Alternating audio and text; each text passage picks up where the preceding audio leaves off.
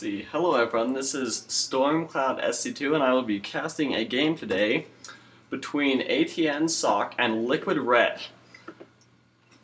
Let's see, we are going to start out viewing things from LiquidRet's point of view.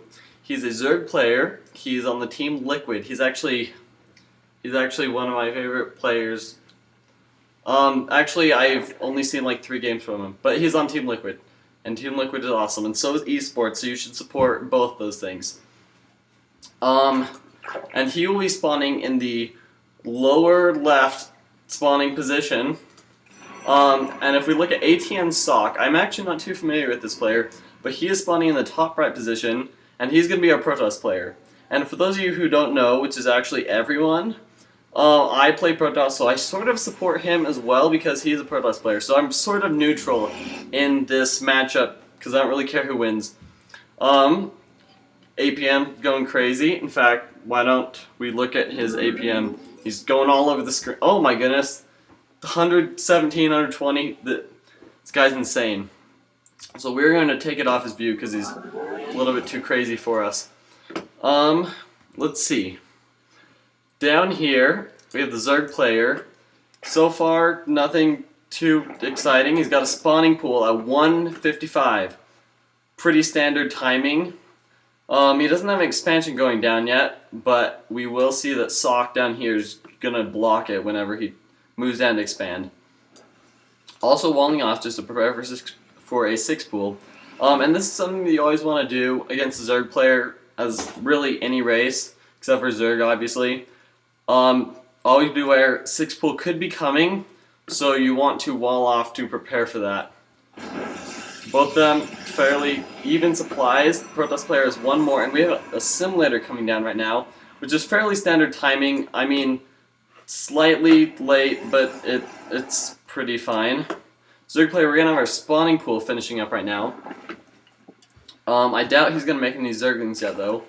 I would expect for an expand once he finishes his pylon, which has actually blocked him, which is a good thing to do. I also recommend that because it slows him down. He actually cancels it, but before LiquidRet can go down, aTnSocke pulls the probe back down and tries to block the expansion, but unsuccessfully. We're going to see a cybernetics core coming down for Socke. This is not really standard. I'm not really sure what kind of play he's going for here. I guess maybe some early stalkers or something. I don't know. You usually don't see a cybernetics this early. You actually do often, but we're gonna have the expand coming down right now in his natural. Let's look at the production tab, and that. Yes, we see a queen coming out. This is not too shocking because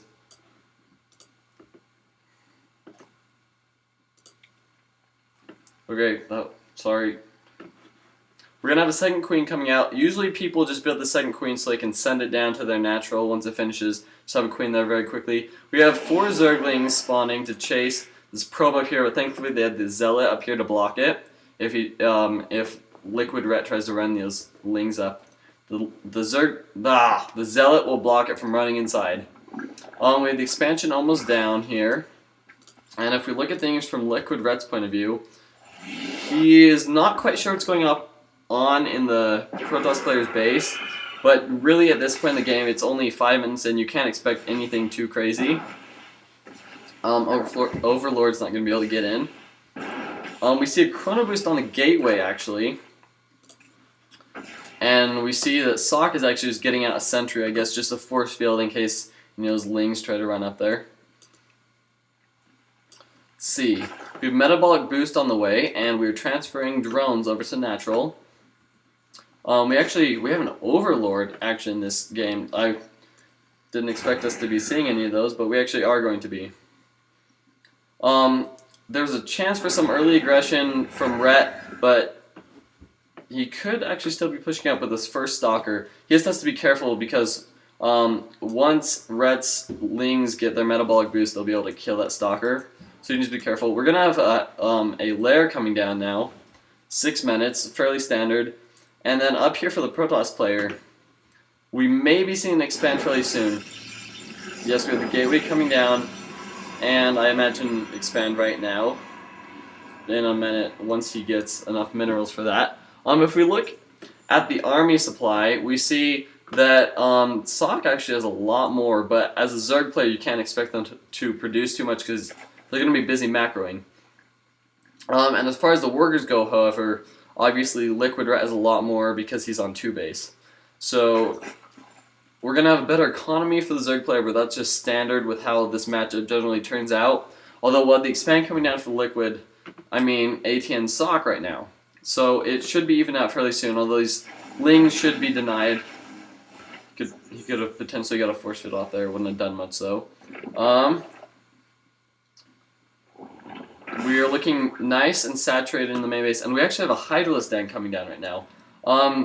This could be in response to that Stargate that I didn't bother to look at, and the Void Ray that's already out. This is actually very good sense from LiquidRet. He probably actually already scouted that, which is why he has a Hydra Den on the way, which actually is completed. And we're going to see him start producing Hydras pretty soon, because right now we have aTnSocke producing a Phoenix and already has a Void Ray out. And there we go, we have 1 Hydra on the way. And a Forge, of course. And then there's 2 Hydras. This Void Ray is going to start coming in here, and he's going to want to be poking in here. The Hydras, yep, there a Hydra, or their Queen is, should be able to deny this. We have a second Void Ray and a Phoenix coming in. I don't think this will be able to do too much damage, especially not the second Queen here.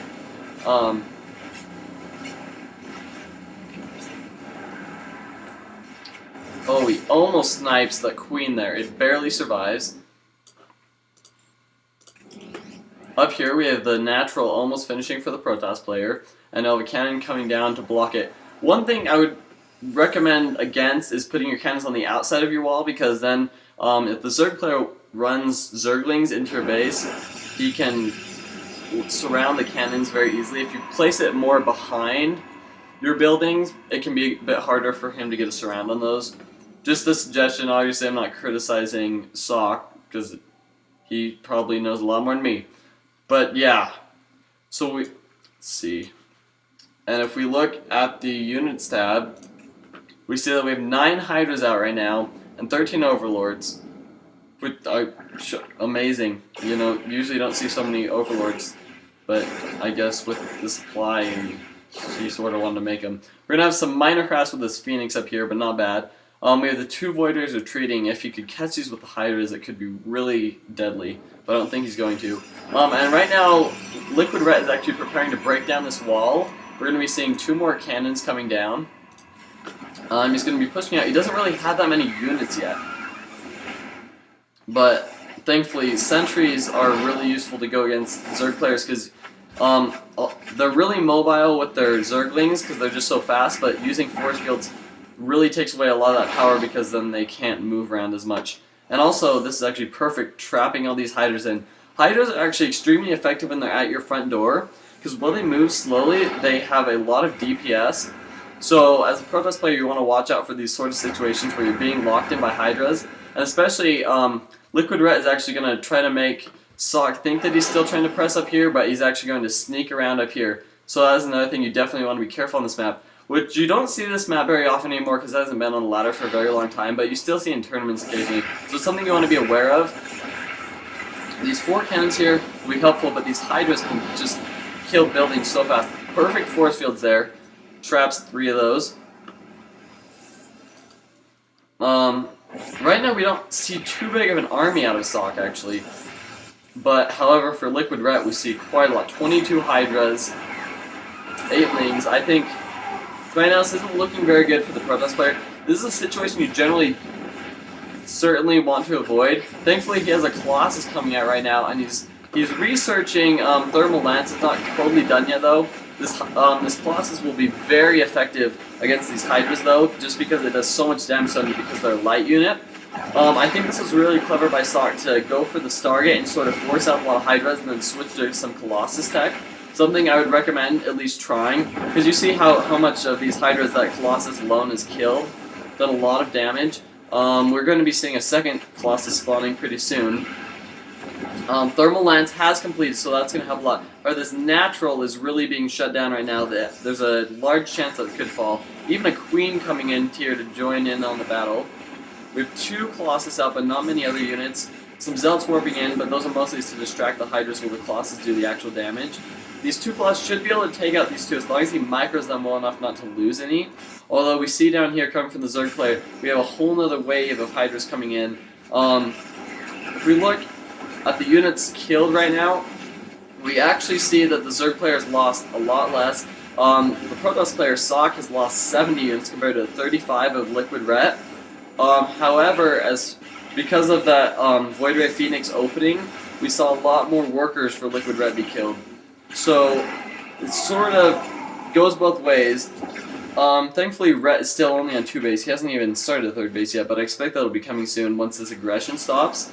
And it looks like aTnSocke has held this for now, although the problem he needs to be aware of is Rhett has a lot of minerals and gas. He can reproduce an army very quickly, and so if I were him, I would just focus on getting those Colossus out. And also, however, Rhett will be having the Spire coming down, so pretty soon he'll be able to start getting Corruptors, which will definitely negate the Colossus if he gets enough of them.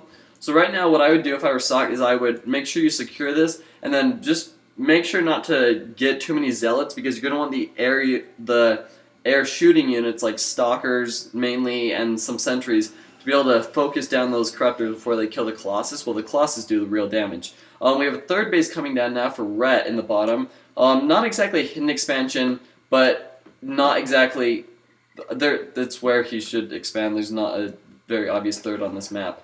It's actually fairly long rush distances, but from Rhett we see very good creep spread. Generally has a highway like right up to the Protoss player's front.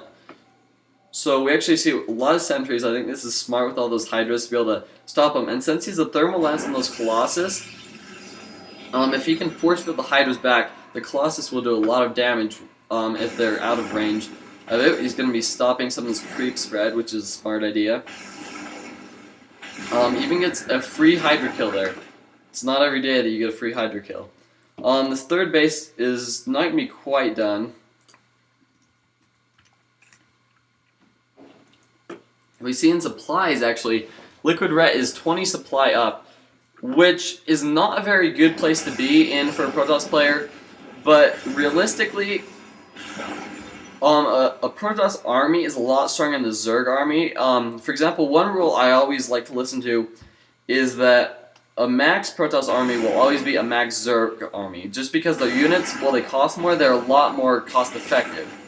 So on the Protoss player, we see no upgrades right now, and no upgrades for the Zerg player either. So they'll be fairly even, although these Corruptors are already taking out 1 Colossus. You just have to be very careful of that. And we see that aTnSocke has actually gotten a lot of Stalkers here, which I think is the correct thing to do, because then he can help focus down those Corruptors. We have 3 more Stalkers down here. Good thing that we are finally starting. We're actually getting ground weapons level 1. This 3rd base is starting to get saturated. It's not very much yet, though. We see he's getting close to mined out in the main base. In the production tab, we see that he is actually researching the missile attacks level 1. This will benefit the Hydras. And we have an engagement down here that I totally missed, because I'm a noob. But these Corruptors have Rhett has a lot of them. So, I don't know. I think it's wise of aTnSocke to be stopping Colossus production. He's now getting out an Immortal. Just because right now, there's so many Corruptors, basically no matter, unless he gets a ridiculous amount of Colossus, they're really going to die super easily. So if I were him, I think the Immortals would be the correct response, just because Colossus won't stand for very long. He actually traps some units in here. I think he gets maybe 2 Roaches and a Hydra. Very good thing to do. I would definitely encourage doing that. See, we have Colossus down here, and he's trying to pull it back just to make sure it doesn't get sniped by those. We have an Immortal coming out right now. And Immortals really just do good damage to everything, especially these Roaches. They do a lot of damage to armor, and even Hydras, they do a lot of damage to. We actually see him pulling it back out of battle right now. I'm not sure why that is. Okay, there we go, now it's coming back in.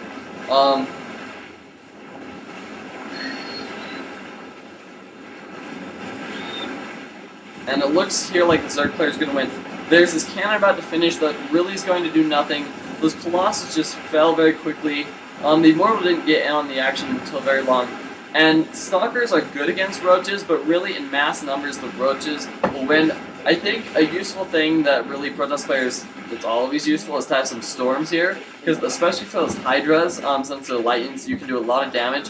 And though Storm doesn't do too much to Roaches, it's still effective just because any damage is better than nothing, and they're very cost effective, especially in small numbers. We actually have a lot on gas here, 22 mining the gas.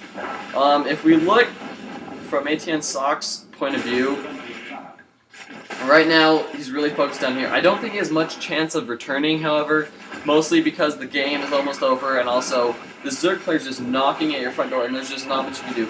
In fact, if we look down here, we can see Socke doesn't even know about this third base, although I assume that he knows it's there. But yeah, he's pretty much lost. I think his main mistake here was the problem with the Stargate opening and switching to robotics is you have this wasted Stargate here because all the units that were originally in it, well, you don't produce them anymore once you switch to Colossus. It's very expensive to do, just because obviously for all the tech, I mean, you have to pay, what is it, 200 to 100 for the robotics, 200, 100 for the facility. How much? I don't even. It cost you a lot of money. I think that hurt him slightly. He sort of tricked out the Zerg player with his Stargate and then forcing Hydras out of him. But thing is, Hydras, once you can get them to your opponent's base, they just do so much damage that it really even. I think he needed more Colossus numbers before the Corruptors popped out, because once those Corruptors are out there, the Colossus countering the Hydras doesn't really matter. So I would have tried to get out more Colossus before that engagement, but it's not like that was his fault. I would just recommend killing Hydras, because Hydras are beastly and you don't want them at your front door. I am not sure what to say about this game. LiquidRet seemed to have a good APM, and it was a good game, and this has been Stormcloud SC2, and I'm a noob.